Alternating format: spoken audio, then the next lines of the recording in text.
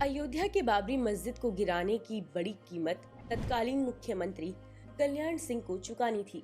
न सिर्फ उनकी मुख्यमंत्री की कुर्सी गई, बल्कि एक दिन तिहाड़ जेल में भी बिताना पड़ा। अदालत की अवमानना के आरोप में कल्याण सिंह को जेल की सजा सुनाई गई थी। दरअसल बाबरी मस्जिद को गिराने वालों पर गोली न चलाने का सख्त आदेश मुख्यमंत्री कल्याण सिंह ने अपनी पुलिस को दे रखा था। 6 दिसंबर 1992 को भीड़ लगातार 2.5 घंटे तक ढांचे को ढहाती रही, लेकिन उत्तर प्रदेश पुलिस मुख्य दर्शक बनी रही।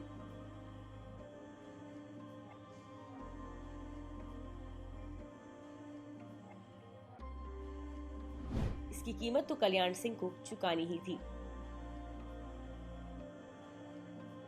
सबसे पहले सन 1990 में रथ यात्री LK आडवाणी की गिरफ्तारी के बाद भाजपा के प्रधानमंत्री VP सिंह की सरकार ने अपना समर्थन वापस लिया।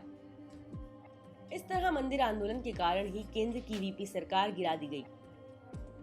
बाद में घटनाओं के कई दौर गुजरे और 9 नवंबर 2019 को सुप्रीम कोर्ट की 5 जजों की बेंच ने सहमति से फैसला देते हुए मुख्य स्थल पर ही राम मंदिर बनाने का आदेश दिया।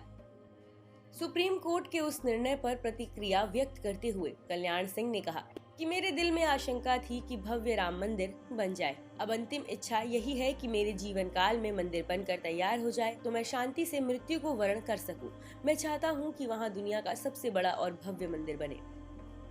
हालांकि ये ना हो सका। कल्याण सिंह इस बीच दुनिया में नहीं रहे। अयोध्या में राम मंदिर बने ऐसी इच्छा कल्याण सिंह की ही नहीं थी, बल्कि करोड़ों लोगों की रही है। इसलिए संविधान के अनुच्छेद 142 में अपने विशेषकर अधिकार के प्रावधान का प्रयोग करते हुए सुप्रीम कोर्ट ने सहमति से ये फैसला दिया। उससे भी बेहतर बात ये हुई कि अल्पसंख्यक वर्ग के अधिकतर लोगों ने उस फैसले को स्वीकार भी कर लिया। इस तरह सुप्रीम कोर्ट ने मंदिर निर्माण की राह बना दी। 5 सदी का एक संताप इस तरह दूर हुआ। इस अवसर पर बाबरी मस्जिद राम जन्मभूमि के सदियों पुराने विवाद पर एक नजर डालते हैं। उससे सुप्रीम कोर्ट के 2019 की जजमेंट की महिमा का भी अनुभव चलेगा। सन 1853 में मंदिर मस्जिद विवाद पर दोनों समुदाय के बीच पहला संघर्ष हुआ जो रिकॉर्ड में है। उससे पहले के संघर्षों का कोई आधिकारिक रिकॉर्ड नहीं मिलता, यानी मुगल काल में तो विरोध की गुंजाइश काफी कम थी। ब्रिटिश ईस्ट इंडिया कंपनी के राज में विरोध तेज हुआ। जब ब्रिटिश सरकार ने ईस्ट इंडिया कंपनी से लेकर भारत का शासन खुद संभाल लिया तो उसने सन 1859 में विवादित भूमि को बांट दिया। उसने आंतरिक और बाहरी परिसर बना दिया। सन 1885 में महंत रघुवर दास ने फैजाबाद की अदालत में मुकदमा दर्ज कर विवादित ढांचे में पूजा की अनुमति मांगी।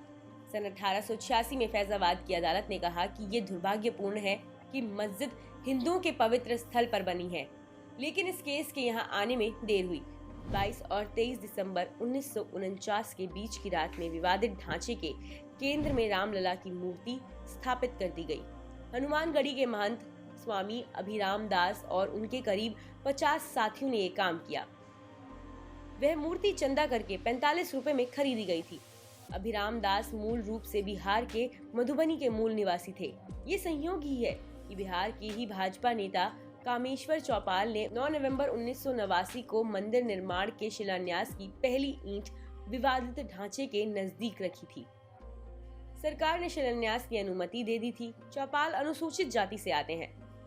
याद रहे कि भाजपा ने विश्व हिंदू परिषद के मंदिर आंदोलन का औपचारिक रूप से समर्थन किया था। 1984 में विश्व हिंदू परिषद ने विवादित स्थल मुक्त कराने और ताला खोलने के लिए अभियान शुरू किया। मंदिर के समर्थन में भाजपा नेता लाल कृष्ण आडवाणी ने 25 सितंबर 1990 को द्वारका से अयोध्या तक के लिए रथ यात्रा शुरू की।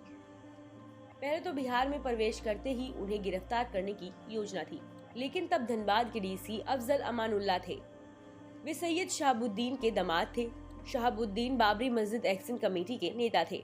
इसलिए तय हुआ था कि आडवाणी की गिरफ्तारी धनबाद में ना हो, अन्यथा सांप्रदायिक तनाव फैल सकता है। उनका रथ बिहार में जब आगे बढ़ा तो समस्तीपुर में LK आडवाणी की गिरफ्तारी हुई। गिरफ्तारी की जिम्मेदारी तत्कालीन मुख्यमंत्री लालू प्रसाद ने कड़क IAS अफसर RK सिंह को दी थी। श्री सिंह अब केंद्र में मंत्री हैं। इस गिरफ्तारी के बाद भाजपा ने प्रधानमंत्री VP सिंह की सरकार से अपना समर्थन वापस ले लिया।